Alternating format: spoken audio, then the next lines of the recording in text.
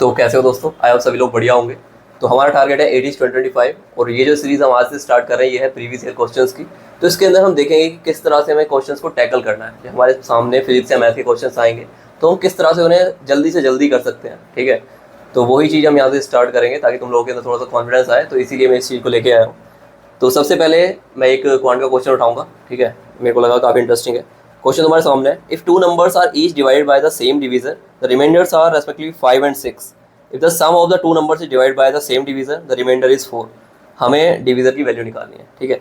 कोई दो नंबर है, पहले वाले को अगर हम किसी नंबर से डिवाइड करते हैं, ठीक है, मान लेते हैं वो डी है जिसे हमें निकालना है, तो रिमाइंडर मिलता है हमें 4 रेस्पेक्टिवली 5 and 6। पहले वाले पे 5 मिलेगा, दूसरे वाले पे 6 मिलेगा, ठीक है। इस तरह की फॉर्म में हम लिख लेंगे। वहीं अगर इनके सम को हम डिवाइड करते हैं उसी सेम नंबर से तो हमें रिमाइंडर मिलता है 4। हमें इस डी की वैल्यू निकालनी है। तुम्हारे पास 4 ऑप्शन है, ठीक है। तो कैसे निकालेंगे? सबसे पहले देखो यहाँ से किस तरह से हमें देखना है। हमें डी चाहिए तो x - 5 को कैसे लिख सकते हो, Q1D, ठीक है। मीन्स x - 5 जो है ना वो d से डिवाइडेड है, पता लग रहा है साफ साफ। ऐसे ही y - 6 जो है वो भी d से डिवाइडेड है। यहाँ पे x + y - 4 ये भी d से डिवाइडेड है, ठीक है। तो अभी हम पता लग गया कि ये तीनों नंबर d के हमारे मल्टीपल है या फैक्टर है, ठीक है। ये चीज़ हमें श्योर है। तो अभी यहाँ पे तुम देखोगे इन्हें अगर हम जोड़ लें, क्योंकि ये भी d से डिवाइड है, ये भी d से डिवाइड हो जा रहा है, तो इनका सम भी d से डिवाइड होगा। तो ये बन जाएगा x + y - 11 और Q1 + Q2D, ठीक है। मीन्स ये भी d से डिवाइडेड है और ये भी d से डिवाइडेड है, ठीक है। अब तुम देख रहे हो कि हमारे पास दो नंबर और आ गए हैं जो d से डिवाइड हो जा रहे हैं, तो इनका सम और इनका डिफरेंस भी d से डिवाइडेड होगा। तो इसमें से अगर इसे माइनस कर दे तो x + y हट जाएगा और हमें एक नंबर मिल जाएगा सीधा, ठीक है। तो नंबर से हमें फिर आइडिया लग जाएगा कि इनमें से कौन सा आंसर है। कैसे? इसमें से माइनस करेंगे तो क्या होगा, -4 माइनस x + y + 11 ये हो जाएगा, ये कैंसिल हो जाएगा। 11 और -4 क्या हो जाएगा, 7 हो जाएगा। तो 7 क्या इसका आंसर हो जाएगा, ठीक है। तो दोस्तों नेक्स्ट क्वेश्चन हमारा फिजिक्स से है। तुम्हारी स्क्रीन पे, ए 3 cm segment of wire centred at the origin lies along y axis. It carries a current of 6 ampere positive y direction. The magnetic field due to this segment at a point 3m and I, J and K are the unit vectors x, y, z axis। ठीक है। Question बहुत लंबा सा दे रखा है, ऐसा लग रहा है बहुत बड़ा क्वेश्चन है। इन्होंने सीधा पूछा है कि एक हमारी रोड है जो कि 3 सेंटीमीटर की और y एक्सिस के अलॉन्ग रखी हुई है, ठीक है। करंट इस डायरेक्शन में, पॉजिटिव y डायरेक्शन में I जा रहा है, जिसकी वैल्यू है हमारी 6 एम्पियर। और हमसे पूछा है इसकी वजह से 3m, x दे रखा है 3m, तो 3 मीटर पे यहाँ पे मैग्नेटिक फील्ड कितना होगा। सिंपल सा ये पूछा है, ठीक है। तो हमें बायोट-सैवर्ट लॉ से ये फॉर्मूला याद रखना है, यही एक लौता फॉर्मूला है, इससे सारा कुछ सॉल्व हो जाएगा। अब देखो l की डायरेक्शन I की डायरेक्शन में ही होती है। l और r थीटा 90 बना रहे तो LR sin 90 हो जाएगा 1, ठीक है। तो यहाँ बचेगा बस LR, तो नीचे हो जाएगा r², ठीक है। अब देखो μ0/4 की वैल्यू दे रखी है पहले से तुम्हें 10⁻⁷। करंट दे रखा है 6 एम्पियर। एल की वैल्यू दे रखी है ये दे रखी कितनी, 3 सेंटीमीटर। 3 सेंटीमीटर की ये वायर है, ठीक है। तो ये हो जाएगा 3 × 10⁻² मीटर डिवाइड बाय r²। अब ये 3² हो जाएगा, ठीक है। बस तुम्हें इतना सा सॉल्व करना है और तुम्हें आंसर मिल जाएगा।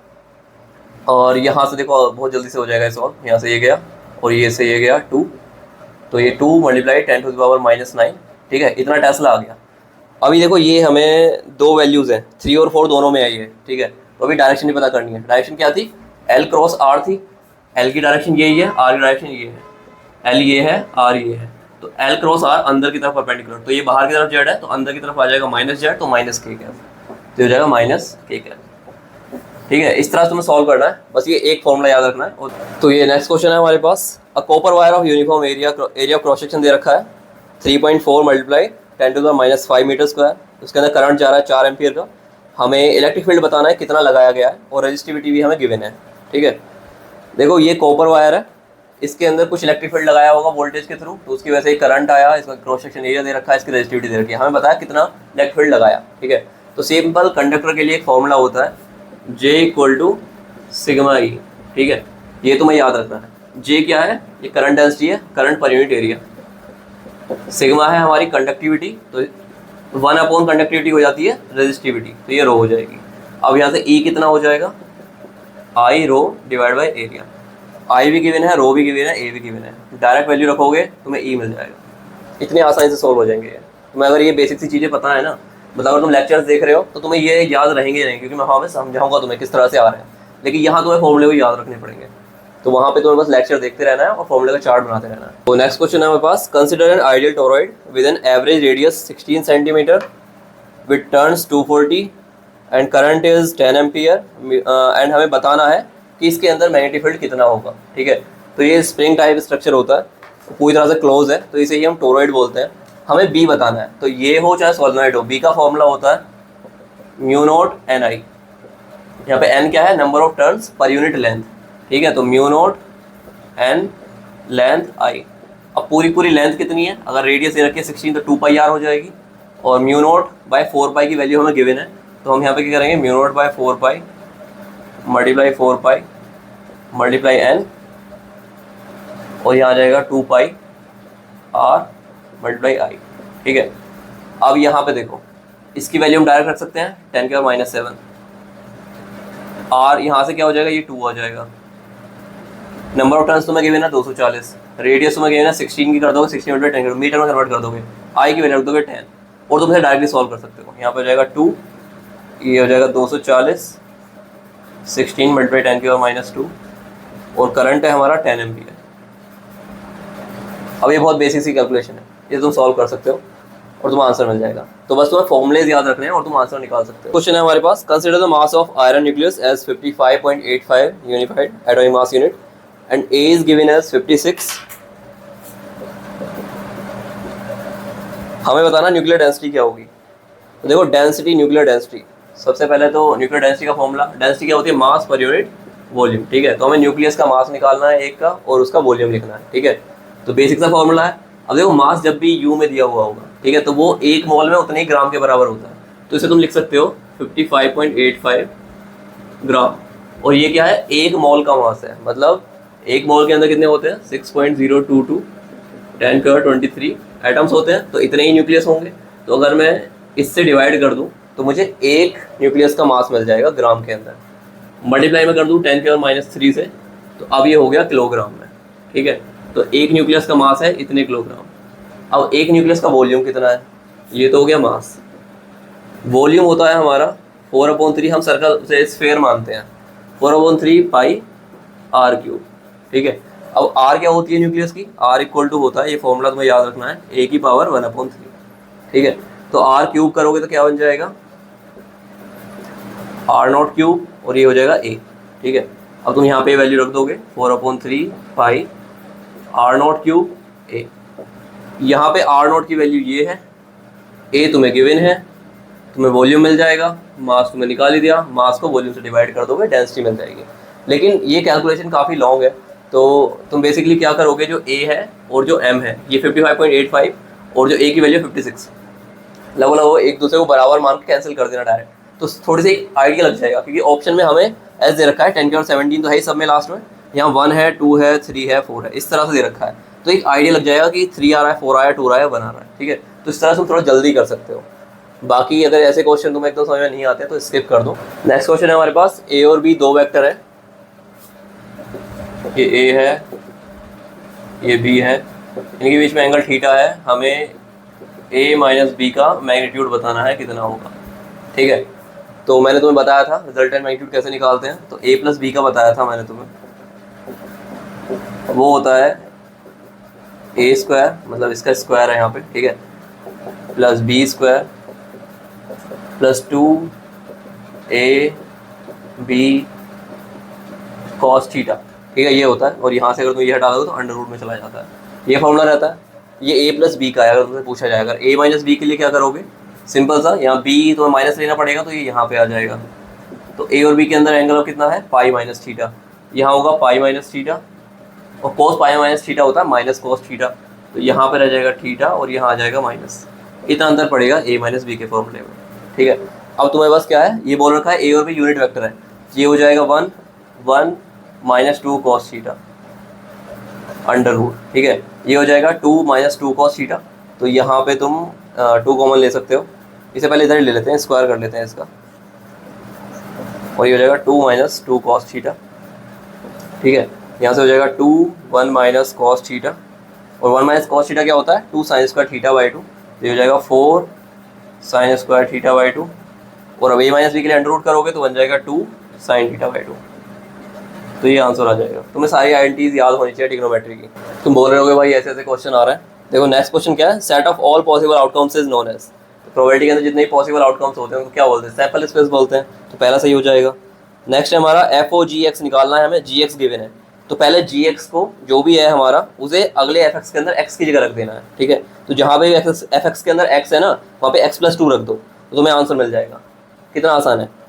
नेक्स्ट है हमारा when G is doped with, इनमें से किससे डॉप की जाए कि पी टाइप सेमीकंडक्टर बन जाए। तो तुम्हें पता होना चाहिए पी कब बनते हैं, पी जब बनते हैं जब हमारे जिससे भी डोपिंग हो रही है वो ट्राईवैलेंट है। ट्राईवैलेंट मीन्स वैलेंस शेल में 3 इलेक्ट्रॉन है, और एन जब बनते हैं जब पेंटावैलेंस से डोपिंग होती है। ठीक है, पेंटावैलेंट क्या है कि 5 इलेक्ट्रॉन होते हैं, तो 4 तो सिलिकॉन से बॉन्ड बना लेते हैं, एक एक्स्ट्रा रह जाता है तो वो एन टाइप बन जाता है। ट्राईवैलेंट में 3 ही बॉन्ड बना पाते हैं तो एक होल बना रह जाता है, तो इसलिए पी टाइप बन जाता है। ठीक है, तो इसके एग्जांपल हमारे पी टाइप पे बोरॉन है, एल्यूमिनियम वगैरह है। ठीक है, तो यहाँ पे बोरॉन सही हो जाएगा। बाकी जो फॉस्फोरस, आर्सेनिक, एंटीमनी है वो सब क्या है एन टाइप के लिए पेंटावैलेंट होते हैं। तो इससे तुम्हें काफ़ी क्वेश्चन। हाँ, अब इसे थोड़ा ध्यान से समझना। यहाँ पे हमसे पूछा है कि ब्रैकेट सीरीज जो है हमारी, ठीक है, हाइड्रोजन के अंदर उसकी मैक्सिमम वेवलेंथ और शॉर्टेस्ट वेवलेंथ का रेशियो हमें बताना है। ठीक है, तो इससे मीनिंग क्या है।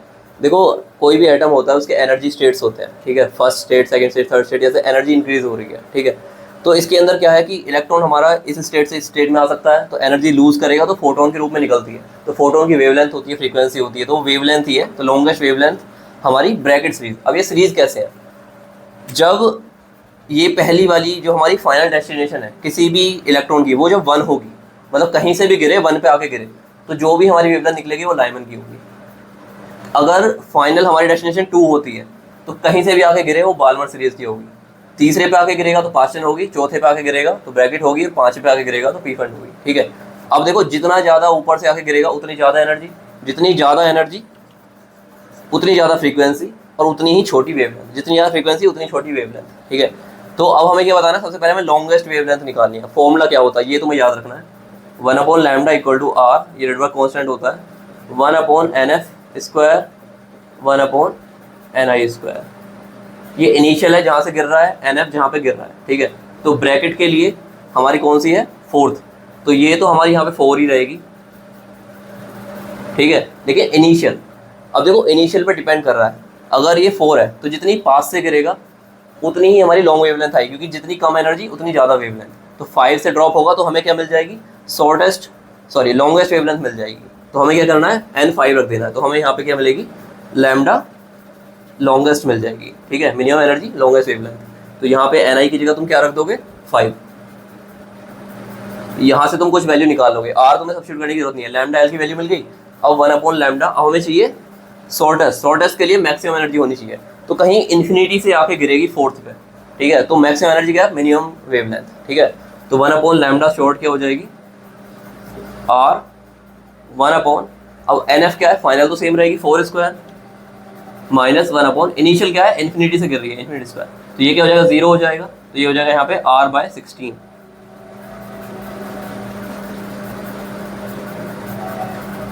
अब देखो तुम्हारे पास लैम्डा शॉर्ट भी है, तुम्हारे पास लैम्डा लॉन्गेस्ट भी है, तुम इस रेशियो को आराम से कैलकुलेट कर सकते हो और तुम्हें आंसर मिल जाएगा। ऐसे अगर पास्टन दे रखा होता तो तुम्हें फाइनल क्या रखना होता, 3। ठीक है, ऐसे अगर तुम्हें बाल्मर देता तो फाइनल 2, और इनिशियल अगर फाइनल देता तुम्हें लाइमन तो ये 1 रखना होता। ठीक है, तो तुम्हें ये याद रखना है कौन सी के लिए कौन सा है, लाइमन, बाल्मर, पास्टन, ब्रैकेट, पीफुल। ठीक है, और ये फॉर्मूला है 1/λ = r 1/nf² माइनस ni²। ठीक, देखो ताकि तुम बैलेंस कर सको, इसलिए बीच बीच में बहुत ऐसे क्वेश्चन भी दे रखे हैं बहुत जल्दी से हो जाएंगे। जैसे तुम्हें दे रखा है dy/dx निकालना है, x = dy/dx तुम्हें निकालना है। x गिवन है cos t, y गिवन है sin t, तो क्या करोगे, dx/dt निकालोगे माइनस sin t, dy/dt निकालोगे cos t, इससे इसे डिवाइड कर दोगे तो हमें मिल जाएगा dy/dx, तो ये क्या हो जाएगा, माइनस cot t। ये आंसर हो जाएगा। नेक्स्ट है हमारा a relation R is said to be equivalence relation if. तो इक्विवेलेंस रिलेशन कौन सी होती है? जो रिफ्लेक्सिव भी हो, सिमेट्रिक भी हो, ट्रांजिटिव भी हो। ठीक है, तो अब ये तीनों क्या क्या होती हैं? तो अगर ए बी सी में रिलेशन है, ठीक है, तो रिफ्लेक्सिव जब होती है जब ये सारे उसके अंदर आ रहे हो, मतलब ए खुद से रिलेट हो रहा हो, बी खुद से रिलेट हो रहा हो, सी खुद से भी रिलेट हो रहा हो, तो इसे बोलते हैं रिफ्लेक्सिव। वहीं अगर इस सेट के अंदर कहीं पे ए भी आ रहा है तो बी ए भी होना चाहिए, तभी तुम उसे बोलोगे सिमेट्रिक। और अगर ए भी आ रहा है और बी सी भी आ रहा है कहीं पे, तो ए सी भी होना चाहिए, इसे बोलते हैं ट्रांजिटिव। ठीक है, तो इक्विवेलेंस रिलेशन में है तीनों चीज़ें इसके अंदर, तो पहला वाला ऑप्शन सही हो जाएगा। नेक्स्ट है derivative of the function F X equal to दिया हुआ है -3x² + 6x -4, तो dy बाई डी एक्स निकालना है। बहुत सिंपल सी चीज़ है, तो -6x + 6x का आंसर हो जाएगा। तो देखो बीच बीच में इतने क्वेश्चन दे रखे हैं, तुम सेकंडों में कर दोगे। तो नेक्स्ट क्वेश्चन जो पूछा हुआ है, the intercept of the Y axis for the graph between stopping potential and frequency will give us. तो देखो फोटो इलेक्ट्रिक इफेक्ट तुमने पढ़ाई है, उसके अंदर क्या है कि कोई भी एक हमारा सरफेस है जो फोटो इलेक्ट्रिक इफेक्ट दिखा सकता है, उसके ऊपर लाइट पड़ी है, उसके अंदर से इलेक्ट्रॉन निकल रहे हैं, तो एक मिनिमम एनर्जी होती है जितनी के बाद ही वो निकल सकते हैं, तो उसे बोलते हैं वर्क फंक्शन h0। उसके बाद बाकी जो निकलती है उसकी मैक्सिमम एनर्जी होती है ½mv²। ये स्पीड है, इसे हम पोटेंशियल से भी दिखा सकते हैं EV। ठीक है, ये भी एनर्जी होती है, ये भी एनर्जी होती है, तो ये दोनों फॉर्म में हम लिख सकते हैं। अब यहाँ से हमसे पूछा है ग्राफ पोटेंशियल और फ्रीक्वेंसी के बीच में। ठीक है, तो यहाँ से हम ये पोटेंशियल है, ये फ्रीक्वेंसी है, और ये प्लैंक्स कांस्टेंट h है। तो यहाँ से इसे अगर पोटेंशियल वैल्यू दिखाऊँ मैं, तो ये हो जाएगा h-nu - h-nu0, और यहाँ से हमारा पोटेंशियल हो जाएगा h/e - h-nu0 / e। अब देखो ये कांस्टेंट वैल्यू है, और ग्राफ किसके बीच में है? ये y मान लो और ये x है, ये पोटेंशियल और फ्रीक्वेंसी के बीच में ग्राफ्स है। तो y = mx + c तुमने पढ़ा होगा। यहाँ पे जो c होता है ये इंटरसेप्ट होता है, तो ये इंटरसेप्ट है यहाँ पे, और इंटरसेप्ट हमें क्या दे रहा है? वर्क फंक्शन दे रहा है h-nu0। ठीक है, तो हमारा आंसर क्या हो जाएगा इसके अंदर? Last, work function of the metal in the natural unit. तो नेक्स्ट क्वेश्चन है हमारा म्यूचुअल इंडक्टेंस के ऊपर है।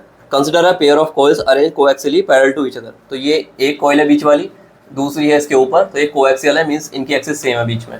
ठीक है, in a vertical plane when the current in one coil increase from 0 to 10 ampere in 0.5 second. जब इस बाहर वाली कॉइल के अंदर करंट जा रहा है, ठीक है, इसके अंदर करंट है I, और वो 10 एम्पियर हो जाता है 0 से 0.5 सेकंड के अंदर, तो 0 to 10 एम्पियर एकदम से इंक्रीज होता है 0.5 सेकंड में। ठीक है, तो इस अंदर वाली कॉइल के अंदर जो EMF इंड्यूस हो रहा है वो 20 वोल्ट हो रहा है। हमें म्यूचुअल इंडक्टेंस की वैल्यू बतानी है।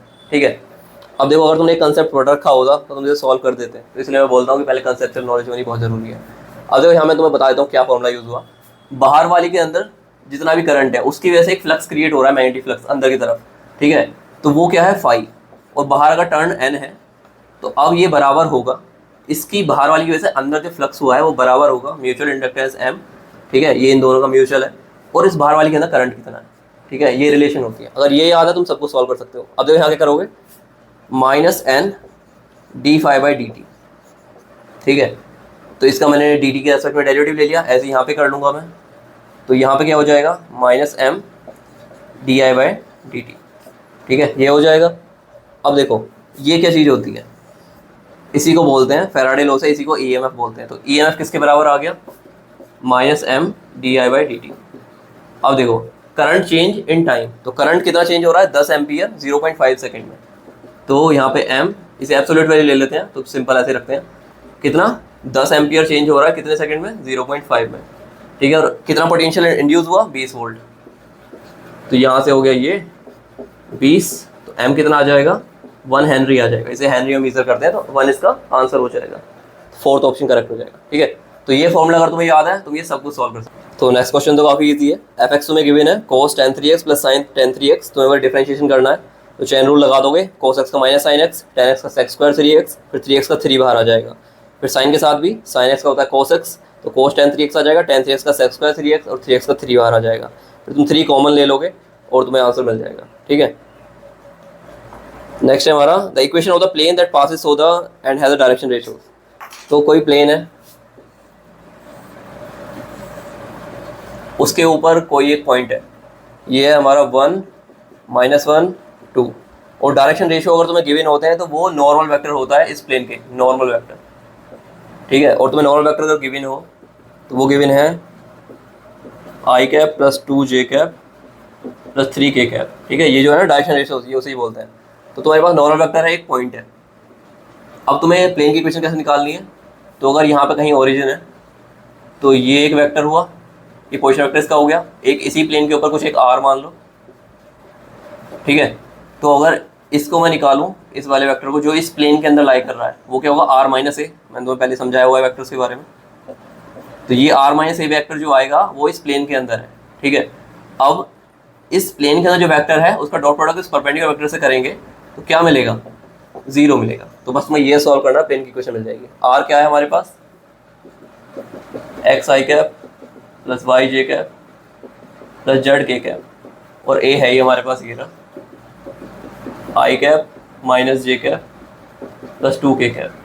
तो r माइनस ए करना है और डॉट प्रोडक्ट कर देना इसके साथ, तो कुछ एक्स वाई करके इक्वेशन आ जाएगी। तो नेक्स्ट क्वेश्चन है हमारे पास, suppose a uniform electric field is given as E equal to this J cap.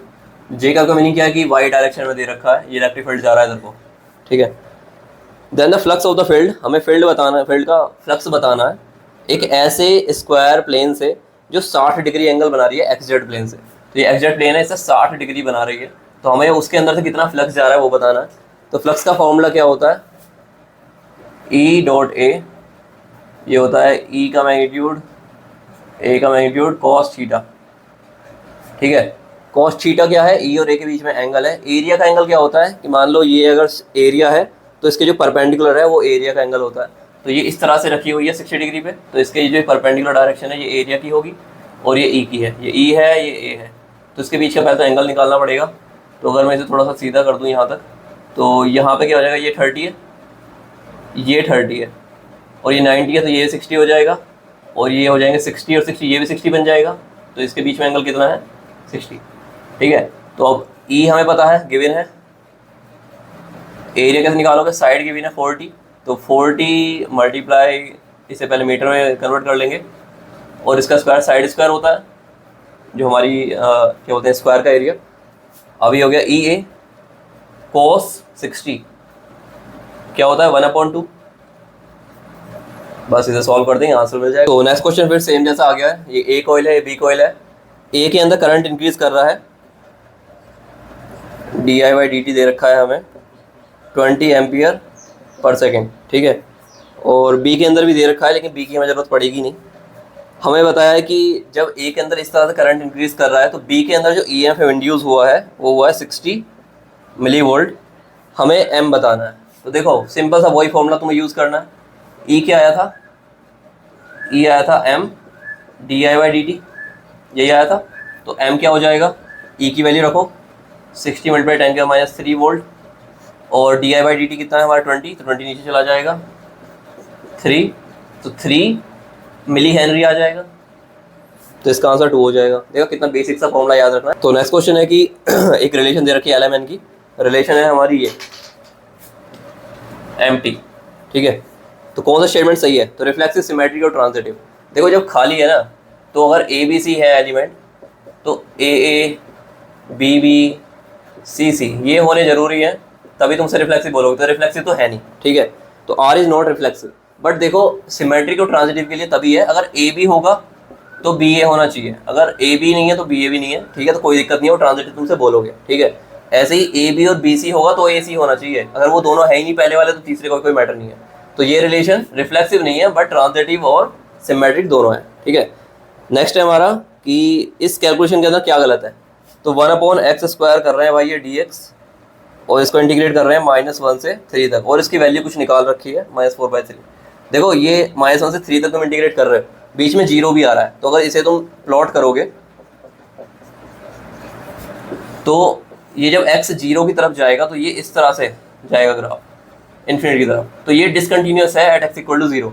तो जो डिसकंटिन्यूअस होता है फंक्शन तुम उसे इंटीग्रेट नहीं कर सकते हो, तो इसीलिए ये इसका हमारा ये थर्ड ऑप्शन सही हो जाएगा कि इन्फिनिट है, डिसकंटिन्यूटी है एट x = 0, इसलिए ये गलत है कैलकुलेशन, ठीक है।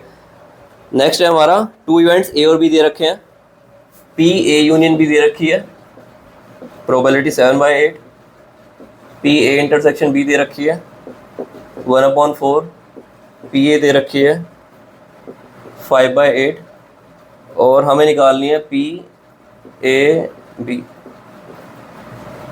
ठीक है, तो ये 2-4 रिलेशन तुम्हें पता होनी चाहिए। देखो A complement U B complement equal to होता है A इंटरसेक्शन B का होल कॉम्प्लीमेंट, और A complement intersection B complement बराबर होता है A यूनियन B का होल कॉम्प्लीमेंट। ठीक है, ये 2 रिलेशन तुम्हें पता होना चाहिए। तो इसे कैसे लिख सकते हैं हम, P A इंटरसेक्शन B का होल कॉम्प्लीमेंट। ठीक है, तो यहाँ से क्या हो जाएगा 1 minus P A intersection B, और ये दिया हुआ है 1/4, तो 1 माइनस 1/4 ये हो जाएगा 3/4 इसका आंसर। देखा कितना इजीली सॉल्व कर सकते हो। नेक्स्ट है हमारा, इनमें से किस रेज की मिनिमम फ्रीक्वेंसी है। ठीक है, तो फ्रीक्वेंसी एनर्जी पर डिपेंड करती है। तो मैं तुम्हें बताता हूँ जरा इसका ग्राफ किस तरह से होता है, मतलब सारी रेज का तुम्हें थोड़ा सा पता होना चाहिए। अगर फ्रीक्वेंसी वाइज हम इस तरह से बनाएं, सबसे पहले आती है रेडियो वेव्स, फिर आती हैं हमारी माइक्रोवेव्स, फिर आती है इंफ्रारेड, फिर आती है हमारी विजिबल रीजन, फिर आता है हमारा अल्ट्रावायलेट, फिर आती है गामा रेज, और इस तरह से फिर इंक्रीज होती चली जाती है फ्रीक्वेंसी। तो इस तरह से फ्रीक्वेंसी इंक्रीज हो रही है और वेवलेंथ डिक्रीज हो रही है। ठीक है, तो हमसे पूछा है इनमें से किसकी मिनिमम फ्रीक्वेंसी है। तो microwave, radio wave, ultraviolet, X rays. तो एक्स रेज इससे पहले आती हैं, उसके बाद गामा रेज आती है, एक्स रेज गामा रेज। तो इसके अंदर देखो रेडियो वेव से सबसे कम फ्रीक्वेंसी इसी की होती है, तो इसका ऑप्शन हो जाएगा रेडियो वेव। वहीं तुम्हें थोड़ा याद रखना है कि जो हमारी विजुअल रीजन है वो 700 नैनोमीटर वेवलेंथ से 400 नैनोमीटर के बीच में लाई करता है। ठीक है, तो इसके बीच में अगर तुम्हारी कभी दे दे वेवलेंथ और तुमसे पूछे कौन से रीजन में, तो विजुअल रीजन है, या ये डायरेक्ट भी पूछ सकते हैं रेंज। ठीक है, तो तुम्हें पता होना चाहिए। एनर्जी दे देंगे, उससे तुम्हें वेवलेंथ निकालनी पड़ेगी, और वेवलेंथ पूछेंगे कौन से रीजन लाई कर रही है। तो अगर 400 से ज़्यादा है और थोड़ी 20 नैनोमीटर के आसपास है तो तुम बोलोगे कि अल्ट्रावायलेट में आ रही है। ठीक है, तो ये थोड़ा सा पता होना चाहिए। बाकी जब नेक्स्ट क्वेश्चन जो है हमारा मैग्नेटिक मूवमेंट के ऊपर है, तो पहले तो मैं एक बेसिक सी चीज़ बता देता हूँ। कोई भी एक हमारा सर्कुलर लूप है जिसके अंदर करंट I है, इसका क्रॉस सेक्शन एरिया A है, तो मैग्नेटिक मूवमेंट होती है IA। ठीक है, और इसकी डायरेक्शन होती है, करंट की डायरेक्शन इस तरह से करोगे थंब, तो ये थंब जो देगा तुम्हें परपेंडिकुलर डायरेक्शन, वो मैग्नेटिक मूवमेंट की डायरेक्शन होगी। तो ये वेक्टर है। ठीक है, और अगर ऐसी ऐसी N कॉइल होती तो मैग्नेटिक मूवमेंट होती NIA। ठीक है, बस इतना जानना है तो मैग्नेटिक मूवमेंट के बारे में। अब क्वेश्चन सुनो। एक कॉइल है जिसके अंदर 10 एम्पियर करंट जा रहा है। ठीक है, इसकी रेडियस है 0.1 मीटर और नंबर ऑफ टर्न्स है 500। ठीक है, अब इसे दोबारा से खोल के एक इसकी रेडियस चेंज कर दी, 0.05 मीटर कर दी, और करंट सेम रखा हमने। तो अब इसकी पहले कुछ मैग्नेटिक मूवमेंट होगी M1, अब कुछ मैग्नेटिक मूवमेंट होगी M2। हमें इनका रेशियो बताना है, हमें M1/M2 बताना है। ठीक है, तो क्या बदला, देखो N1 ये थे, N2 चेंज हो जाएंगे क्योंकि तुमने रेडियस कम कर दी, तो ज़्यादा टर्न बन जाएंगे, क्योंकि जब इसे तुम खोलोगे तो इसकी 2πr1 ये एक टर्न की लेंथ है। तो जब तुम 500 की मल्टीप्लाई कर दोगे तो तुम्हें पूरी लेंथ पता लग गई। अब इस पूरी लेंथ को तुम 2πr2 से डिवाइड करोगे तो तुम्हें क्या मिल जाएगा, N2 मिल जाएंगे। नंबर ऑफ टर्न्स दूसरे के मिल गए। तो अब तुम क्या कर सकते हो, N2IA2 ये मिलेगी तुम्हें M2, और M1 क्या था, N1IA1। और ये कैसे निकालोगे, ये रेडियस दे रखी πr², ये दे रखी πr², तो M1 M2 तुम निकाल सकते हो। अब नेक्स्ट देखो कितने इजी क्वेश्चन दे रखे हैं। एक वेक्टर दे रखा है A और उसे किसी दूसरे वेक्टर किसी x में हमने ऐड करा है, और हमें एक B वेक्टर मिल गया है। A और B गिवन है, हमें x पूछा है कौन क्या है। ठीक है, तो बस B में से A को घटा दोगे और तुम्हें वेक्टर मिल जाएगा। नेक्स्ट है 3 रजिस्टर हैं, उनके रेजिस्टेंस की वैल्यू है 2:3:4। तो तुम इसे क्या मानोगे, 2x 3x 4x पैरेलल में कनेक्ट कर दिए हैं, और रिजल्टेंट दे रखा है 24।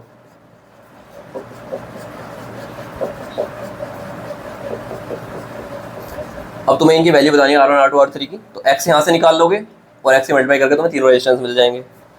नेक्स्ट है एक ऑब्जेक्ट है, उसे कॉनकेव मिरर के सेंटर ऑफ कर्वेचर से बाहर रखा हुआ है। ये कॉनकेव मिरर है, ये सेंटर ऑफ कर्वेचर है। सेंटर ऑफ कर्वेचर का क्या रूल होता है, कोई भी रे जाएगी वो उसी लाइन पे वापस आ जाएगी। तो यहाँ कहीं रखा हुआ है, तो उसकी इमेज कैसी बनेगी, तो यहाँ से अगर रे ऐसे जाएगी तो ऐसे ही वापस आ जाएगी। ठीक है, और कोई पैरेलल रे जाएगी तो फोकस से पास होगी, तो यहाँ पे इमेज बनेगी। और ये ए बी है तो ये बी ए होगी, तो रियल इमेज है लेकिन इन्वर्टेड है, तो रियल एंड इन्वर्टेड बन जाएगी सेकंड ऑप्शन। ऐसा यूनिट पूछिए टॉर्क की अगले वाले में, तो टॉर्क तुम्हें पता है क्या होती है, R क्रॉस एफ। ये मीटर है, न्यूटन है, तो न्यूटन मीटर हो जाएगी। देखो कितने बेसिक से क्वेश्चन पूछ रखे हैं। तो नेक्स्ट क्वेश्चन है हमारे पास, दो चार्ज दे रखे हैं, उनकी पोजीशन बता रखी है 3 सेंटीमीटर 0 और 0.4, ठीक है। 48 पीको कूलम और 36 पीको कूलम, ये चार्जेस रखे हुए हैं इन पोजीशंस पे। सबसे पहले तुम्हें यूनिट्स याद रहनी चाहिए। 1 नैनोमीटर 10⁻⁹ मीटर, 1 पिकोमीटर 10⁻12 मीटर, ठीक है। 1 एंगस्ट्रॉम होता है 10⁻10 मीटर, 1 माइक्रोमीटर होता है 10⁻6, ठीक है। बेसिकली ये यूज़ होंगे तो तुम्हें पता होनी चाहिए। तो अगर चार्ज 36 पीको कूलम दे रखा है तो मतलब है 36 × 10⁻12 कूलम, ठीक है। अब देखो यहाँ पे पूछा है 3 और 4 पे, तो यहाँ से 3 और 4 यहाँ कहीं होगा, इसकी वजह से इधर को होगा, इसकी वजह से इधर को होगा। एंगल 90 है, तो दो वेक्टर का एडिशन कैसे होता है 90 एंगल पे, a² b² + 2ab cos theta, तो cos थीटा 0 हो गया, तो √a² + b²। तो भाई इसका मैग्नीट्यूड लेना है, इसका मैग्नीट्यूड लेना है और अंडर रूट निकाल देना है, मैं नेट मिल जाएगा, ठीक है। तो कैसे निकालोगे, इलेक्ट्रिक फील्ड का फॉर्मूला होता है Q / 4πε0 r², ठीक है। और इस 1/4πε0 की वैल्यू होती है 9 × 10⁹। तो अभी यहाँ पे क्या रह गया, बस 48, और ये r कितनी है इसकी, यहाँ पे देखोगे ना तो ये 4 बैठेगी, यहाँ से 4 बैठेगी, तो नीचे आ जाएगा हमारा 4 × 10⁻²। मीटर में कन्वर्ट करना पड़ेगा, सेंटीमीटर में दे रखा है स्क्वायर, और 48 पीको कूलम है तो हो जाएगा 10⁻12, ठीक है। तो ये हमारा क्या है, ये इलेक्ट्रिक फील्ड है, इसकी वजह से इस पॉइंट पे। अब इसकी वजह से इलेक्ट्रिक फील्ड निकालोगे तो बस इतना ही अंतर रहेगा, यहाँ पे हमारा हो जाएगा 36 और यहाँ पे हो जाएगा हमारा, यहाँ से डिस्टेंस कितनी है 3, ठीक है। इतना अंतर पड़ेगा तो दोनों इलेक्ट्रिक फील्ड निकल जाएंगे, फिर इनका अंडर रूट ले लेना है, तुम्हें वैल्यू मिल जाएगी, ठीक है। कई बार कैलकुलेशन लॉन्ग हो जाती है तो उसे छोड़ सकते हो, लेकिन तुम्हें बेसिकली पता है यहाँ पे बहुत ईजी से हमने किया है, इसकी वजह से इलेक्ट्रिक फील्ड निकाला, इसकी वजह से निकाला, ठीक है, उनका मैग्नीट्यूड ले लिया बस। तो नेक्स्ट हमें ये जो हमारा इंटीग्रल है इसे इवेल्युएट करना है, तो कैसे सॉल्व करोगे, तुम्हें बेसिकली ये देखना होता है तुम किसे सब्स्टिट्यूट कर सकते हो किस तरह से, ठीक है। तो यहाँ से √x कॉमन ले लोगे तो अंदर बचेगा √x + 1, ठीक है, dx। अब अगर मैं √x + 1 को t मान लूँ और इसका डिफ्रेंशिएशन करूँ तो ये क्या हो जाएगा 1/2 √x = dt/dx, ठीक है, यही हो जाएगा। क्योंकि तुम्हें पता है xn क्या होता है, इसका डिफ्रेंशिएशन करते हैं तो nx n-1 होता है, तो यहाँ पे x 1/2 है तो 1/2 और वहाँ पे -1/2 हो जाएगा, तो ये नीचे आ जाएगा, ये बन जाएगा, यहाँ पे dt/dx है। यहाँ से dx की वैल्यू क्या हो जाएगी, dx हो जाएगा हमारा यहाँ से √x 1/√x dx, यहाँ से इधर ले जाते हैं 1/√x dx = हो जाएगा 2 dt, ठीक है। अब यहाँ पे क्या है 1/√x dx, इसकी जगह रख देंगे 2 dt, और √x + 1 को हमने t माना ही था, तो ये हो गया, 2 बाहर ले लेंगे, 1/t का यहाँ पे हो जाएगा ये, और ये तुम्हें पता है ये लॉग होता है, और यहाँ लिमिट भी चेंज हो जाएंगी, ठीक है। तो यहाँ पे √x + 1 हमने t माना है, तो x = 0 के लिए क्या आ जाएगा, t = 1 आ जाएगा, और x = 1 के लिए t क्या आ जाएगा 2 आ जाएगा, तो लिमिट ये बन जाएगी, ठीक है। इसके बाद लिमिट ये हो जाएगी, t में कन्वर्ट होगा, तो यहाँ से हो जाएगा 1 और 2, तो यहाँ पे हो जाएगा 2 log t 1 2, ठीक है, ये हो जाएगा 2 log 2 - log 1, और log 1 तुम्हें पता है क्या होता है 0 होता है, तो आंसर क्या हो जाएगा 2 log 2। जो हमारा क्वेश्चन है उसके अंदर एक मैट्रिक्स दे रखी है A 0 4 3 1 -3 -3 -1 4 4, और ये = है B + C के। B हमारी यहाँ पे क्या है सिमेट्रिक है और C स्क्यू सिमेट्रिक है, तो सिमेट्रिक स्क्यू सिमेट्रिक का मतलब क्या हो जाए, अगर तुम्हें पता है ट्रांसपोज क्या होता है, ट्रांसपोज का मीनिंग होता है रो कॉलम बन जाएंगे, कॉलम रो बन जाएंगे। तो अगर किसी भी तुम मैट्रिक्स का ट्रांसपोज लेते हो और वो पहली वाली के बराबर ही रहता है तो ये होती है सिमेट्रिक, सेम रहे। अगर वहीं अगर ट्रांसपोज -b के इक्वल आ रहा है तो वो क्या है स्क्यू सिमेट्रिक, तो C बोला हुआ है हमें कि C स्क्यू सिमेट्रिक है, ठीक है। और हमें निकालनी है मैट्रिक्स B, हमें B निकालनी है। तो तुम्हें पता है कि अगर कोई मैट्रिक्स गिवन हो उसका ट्रांसपोज में ऐड करके अगर डिवाइड कर दोगे, ठीक है, तो ये जो भी मिलता है ये सिमेट्रिक मैट्रिक्स होती है। वहीं A - A ट्रांसपोज / 2 ये जो निकल के आती है ये स्क्यू सिमेट्रिक आती है। तो कोई मैट्रिक्स गिवन हो तो अब इसे हम इसे इसके एडिशन में लिख सकते हैं, क्योंकि इन दोनों को ऐड करोगे तो क्या बन जाएगा, a/2 कैंसिल हो जाएगा, a/2 + a/2 a बन जाएगा। ठीक है, तो अगर हमें यहाँ पे इक्वेट करें तो b इसके बराबर है और c इसके बराबर है। ठीक है, तो अब यहाँ से हमसे b पूछा है, तो b क्या है, इक्वल टू a + a∩ / 2। ठीक है, तो a ये हो गया, इसका ट्रांसपोज ले लो, कॉलम को रो बना दो और ऐड कर दो, तो जो मैट्रिक्स हमें मिलेगी वो b होगी। इनमें से कोई सा ऑप्शन सही हो जाएगा। ठीक है, तो बस तुम्हें ये याद रखना है कि कोई भी मैट्रिक्स को तुम इस तरह से लिख सकते हो और ये इसके इक्वेट करोगे तो b ये हो जाएगा, c ये हो जाएगा। ठीक है, ये हमेशा सिमेट्रिक होती है, ये सिमेट्रिक होती है अगर ट्रांसपोज ऐड करोगे तो नेक्स्ट जो है हमारा what values of x the matrix is singular. तो सिंगुलर तब होती है जब डिटर्मिनेंट 0 हो जाए, तो इसका डिटर्मिनेंट इक्वल टू 0 रख दो, 3 कोई सी वैल्यू मिल जाएगी तुम्हें, वही आंसर होगा। ठीक है, डिटर्मिनेंट तो निकाल सकते हो। नेक्स्ट है find the value of integral log x। इसकी वैल्यू निकालनी है तुम्हें, इंटीग्रेशन बाय पार्ट्स आना चाहिए। एक लॉ होता है, मतलब दो फंक्शन है हमारे f(x), g(x), dx, तो इस पर तुम लगा सकते हो। पहले फंक्शन को ऐसे लिख दोगे, कोई सा भी पहला मान सकते हो, कोई सा दूसरा भी, दूसरे का इंटीग्रेशन माइनस पहले का डिफरेंशिएशन, दूसरे का इंटीग्रेशन और इसका होल इंटीग्रेशन। ठीक है, ये रहता है फॉर्मूला। अब इस फॉर्मूले को हम यहाँ पे लगाएंगे। अगर हम पहले वाले को 1 मान लें और दूसरे वाले को log x मान लें तो अगेन हमें यही मिल जाएगा, तो इसलिए हमें log x को पहला मानना पड़ेगा और 1 को दूसरा, मल्टीप्लाई 1। ठीक है, तो 1 को दूसरा मानेंगे तो log x को ऐसे लिखेंगे पहले फंक्शन को, दूसरे का इंटीग्रेशन क्या हो जाएगा x माइनस पहले का डिफरेंशिएशन log x का हो जाएगा 1/x, दूसरे का इंटीग्रेशन x, अब इसका होल इंटीग्रेशन ये 1 हो जाएगा और इसका इंटीग्रेशन भी क्या निकल के आएगा x। तो यहाँ से तो अगर तुम x कॉमन लोगे तो आ जाएगा, पहले से देख लो इसमें जो थर्ड ऑप्शन है x log x minus x plus some constant c, तो इसका यह थर्ड ऑप्शन सही हो जाएगा। नेक्स्ट है find the general solution for tan x equal to 1/√3। तो इसका सिंपल सा है, इसे tan की फॉर्म में लिखना है हमें। tan कितने की वैल्यू होती है, tan 30 की वैल्यू होती है, तो π/6 भी लिख सकते हैं हम। और जब भी इस तरह से फॉर्म हो, यहाँ पे x है और यहाँ कुछ y है। ठीक है, तो हमारा जो x होता है वो n π + y होता है, तो यहाँ पे क्या हो जाएगा x equal to n π + y कितना है π/6। तो इसका फर्स्ट ऑप्शन सही हो जाएगा। नेक्स्ट है कौन सा इनमें से रिलेशन सिमेट्रिक है बट रिफ्लेक्सिव नहीं है, ट्रांजिटिव नहीं है। तो पहले वाला को अगर तुम देखोगे ए बी है, बी ए बी है, बी सी है, सी बी है, तो सिमेट्रिक तो है, लेकिन ए ए बी बी सी सी नहीं है, तो रिफ्लेक्सिव नहीं है और ट्रांजिटिव भी नहीं है। ठीक है, तो पहले वाला सही हो जाएगा, क्योंकि अगर तुम दूसरा ऑप्शन देखोगे ए बी है, बी ए नहीं है, तो सिमेट्रिक नहीं है वो। ऐसे ही थर्ड वाला भी रिफ्लेक्सिव है, तो रिफ्लेक्सिव नहीं होना चाहिए।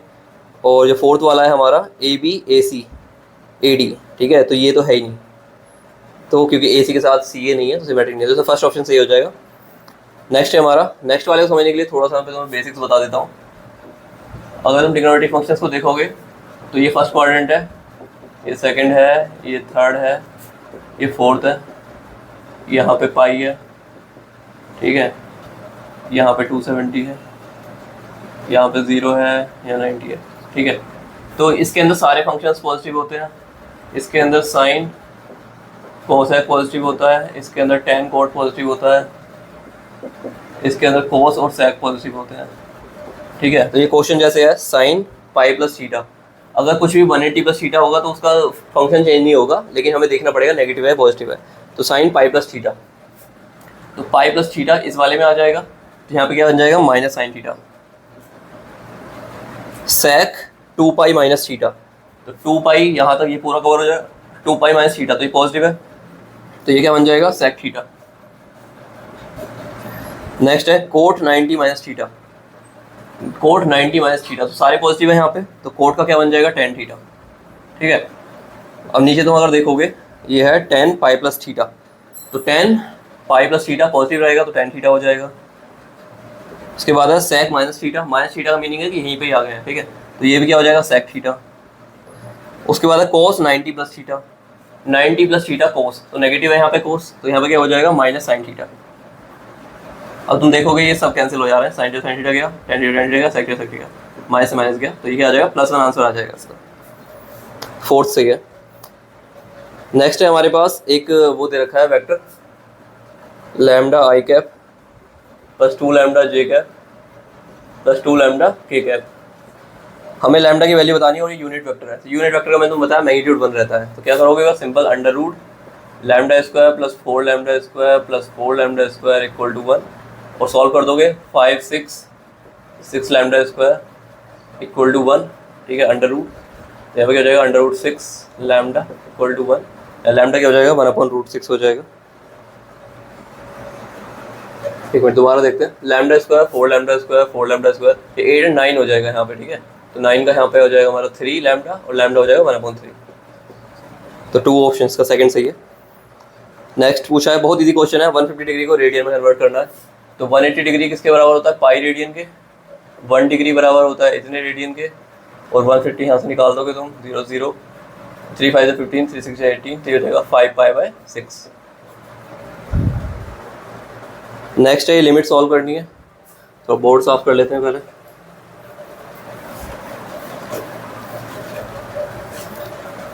x² - 7x + 12 divide by x - 4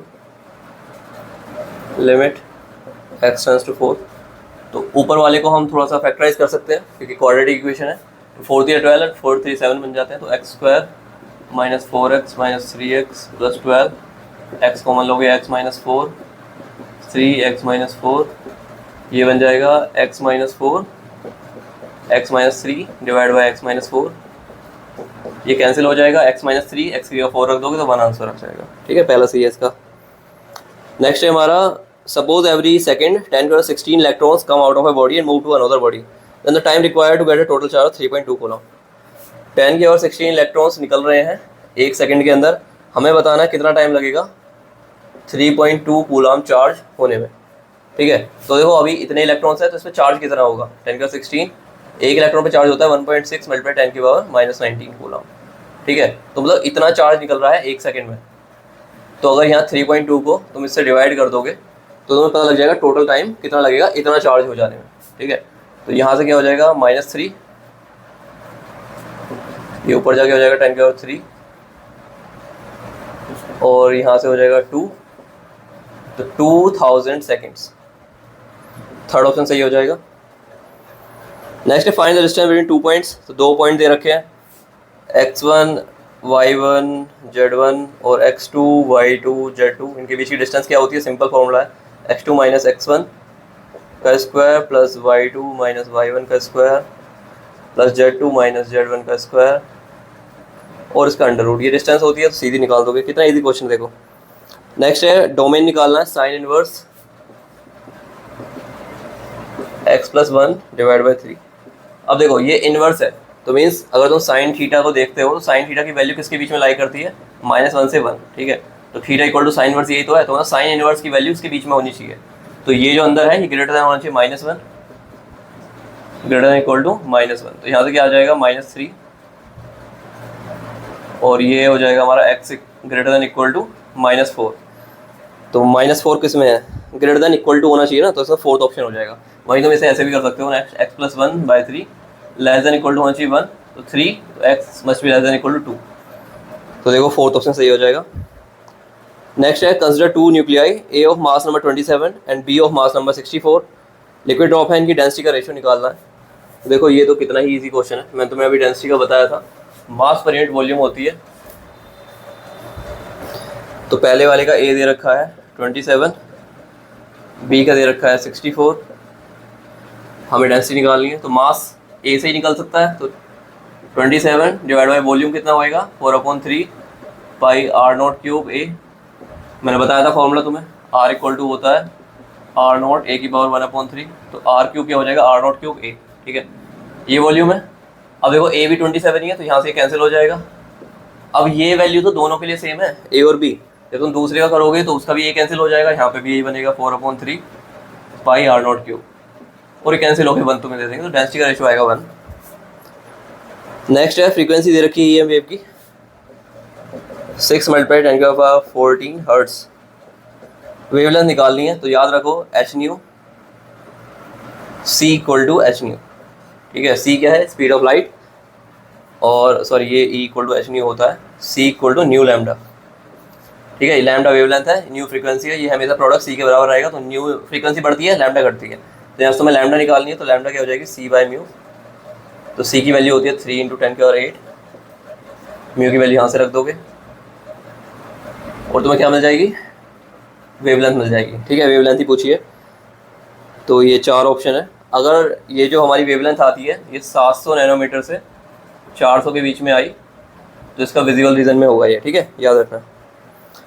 last question है हमारे पास, इन्वर्स निकालना है मैट्रिक्स का। तो एक मैट्रिक्स गिवन है, उसका इन्वर्स निकालना है। तो इन्वर्स का तुम्हें डायरेक्ट फॉर्मूला पता है,